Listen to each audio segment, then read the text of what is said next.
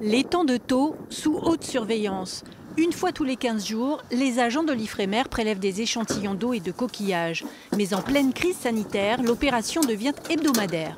On est allé en face du port de Sète, et à Marseillan et à Bouzigues. Aujourd'hui, on a prélevé environ 1 kilo d'huîtres, moules marchandes, et 25 huîtres sur les zones sensibles.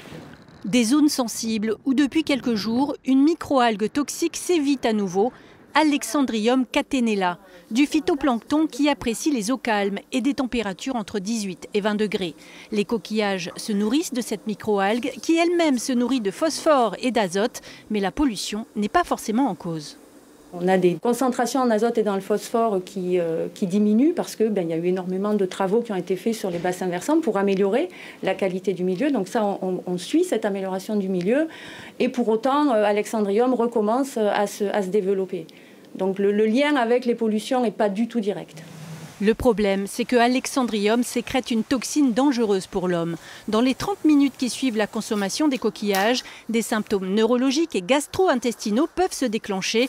Le préfet de l'Hérault a préféré fermer la commercialisation en attendant de nouvelles analyses. On aura les résultats vendredi après-midi.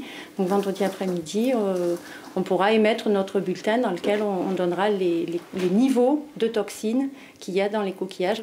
Des analyses très spécifiques réalisées dans un laboratoire de Marseille. Si les résultats sont bons, les scientifiques renouvelleront l'opération une semaine après pour confirmer la disparition de la toxine. L'interdiction pourra alors être levée.